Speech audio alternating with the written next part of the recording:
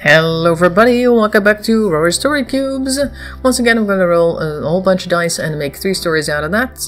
Make sure to pause the video once the dice are all at the bottom of the screen, or at least available on the screen for you to look at.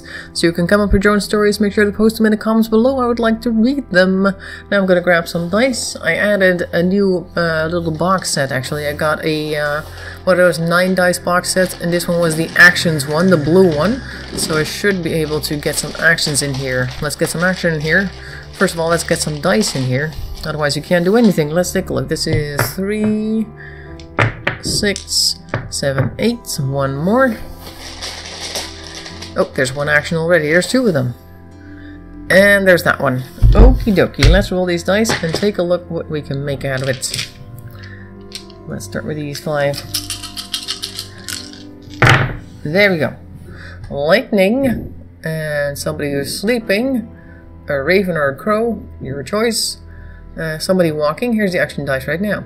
And a bag with unknown contents. And there's somebody who's really small or really big. Somebody walking away. What is he doing? He's like scheming or something, I don't know. He's like rubbing his hands, and this is a handle, always useful. And this is somebody ringing a doorbell or pushing a button, whichever it is that you would like. Make sure to pause the video now to take a look at these dice and then come up with your own story to post below in the comments section. Meanwhile, let's take a look what we can do with all of these. Somewhere in a land far away, there was a research laboratory with an evil scientist. Just gonna move everything away. Will not do that. He was an evil scientist, and he was scheming all by himself because he didn't want anybody to work with him. He had done such amazing things as turning crows into ravens, and back and forth, of course, and he had taken a normal-sized person and turned him into a giant. There you go.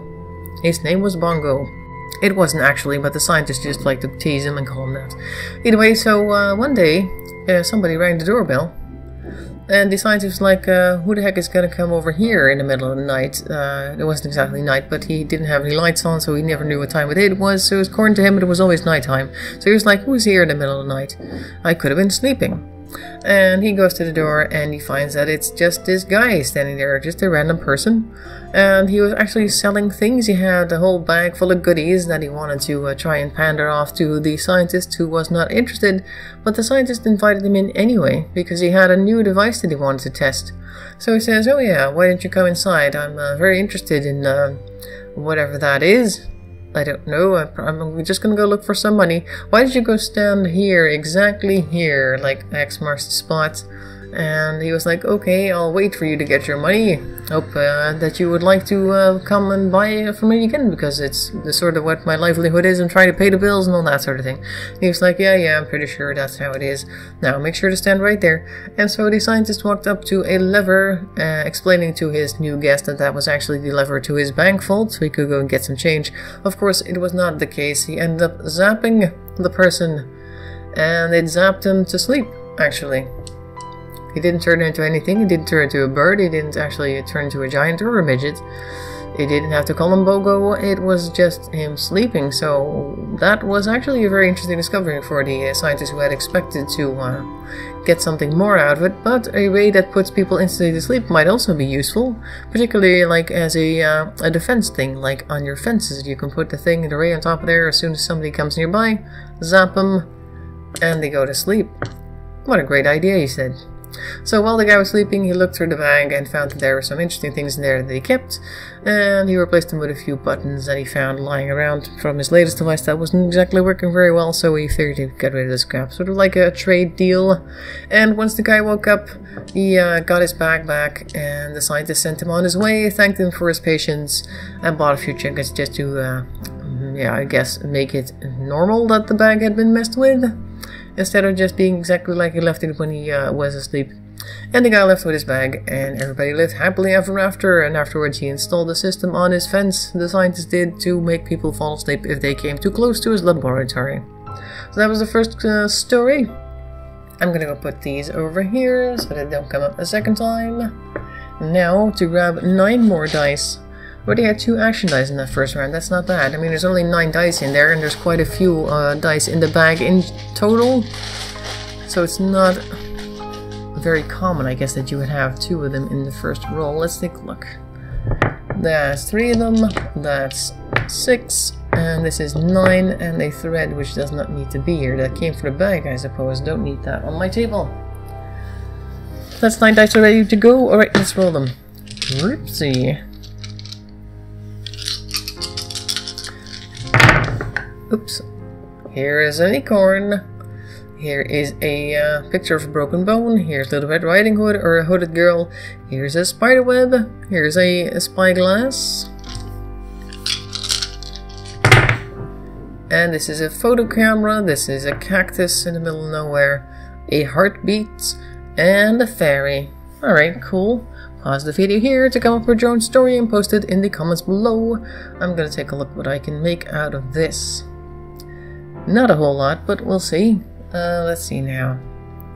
Once upon a time, as always with these stories, a little girl was out there looking for something special.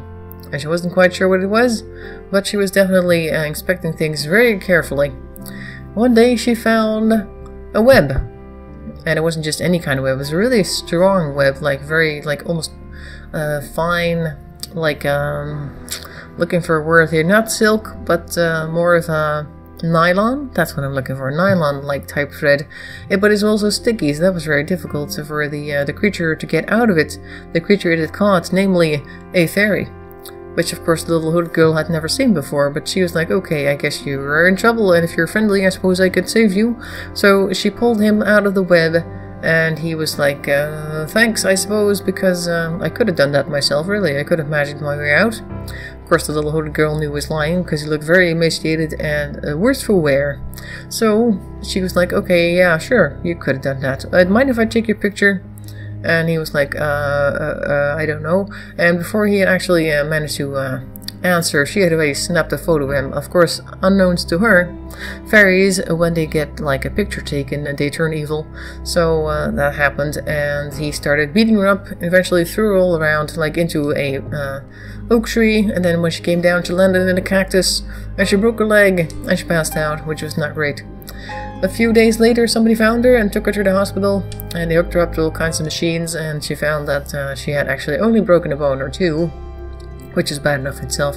But the camera itself was also damaged, so she was never able to develop the film and show everybody that she had run into a fairy. And realizing this, she decided it was best not to mention it, because people might think her a little bit strange, and perhaps they thought that her head had been hit a little bit too hard in order for her to return to normal society. So she had to keep it all to herself, and she still didn't find what she looked for, but she did find a hell of an adventure. And a few broken bones. So that was the story of Little Red Riding Hood, although not Red Riding Hood, just a riding hood, hooded girl. I hope you enjoyed that. These dice are also gonna disappear off the screen. Oops, just add a few. There we go. Now 9 new dice for the final story of today. Oops, there we go. Let's grab some of these. I have 1, 2, 3, 4, 5, 6, 7. 2 more action dice in there, the blue ones. And this is 8 and 9. Another one. I seem to be grabbing in like a little stash of action dice here. I think that's like 5 out of 9 that I've grabbed now. Okay, so I'm gonna roll these and see what actions we get then. Oops. Let's see now. Somebody falling down a chute. This is a TV with a heartbeat on it. And this is a smiley face. This is somebody reading a book.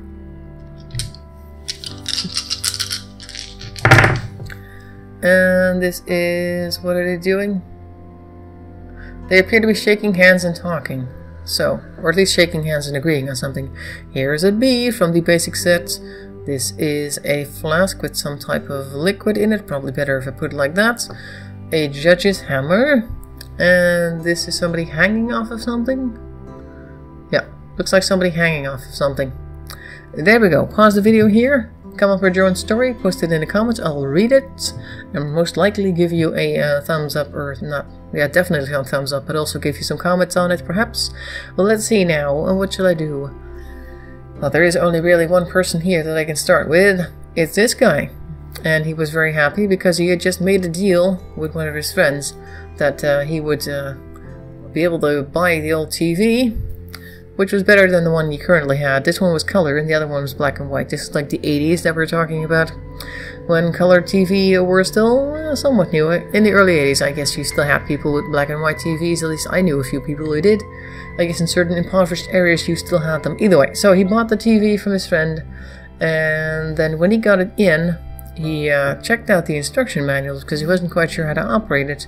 It looked slightly different. I mean, he had seen it work at his friend's house, so he was pretty sure he could just turn it on and watch some type of news show, whatever it was, but he couldn't figure it out. But when he was fidgeting with the TV, a little hatch opened, and a bee flew out. And the bee stung him, which he did not like, of course. It stung him so badly that he ended up going all kinds of weird and delusional. Because the bee had been experimented on by another friend of theirs who had come by once with, like, to borrow a cup of sugar, and he happened to have one of those bees in his coat. He wasn't aware of that. The bee flew out and flew into the TV, and the TV got sold, and now it was stuck in the other guy's house, and it stung him. It had been, I guess, impregnated with a certain chemical which the scientist friend was working on, which was for a mind control thing.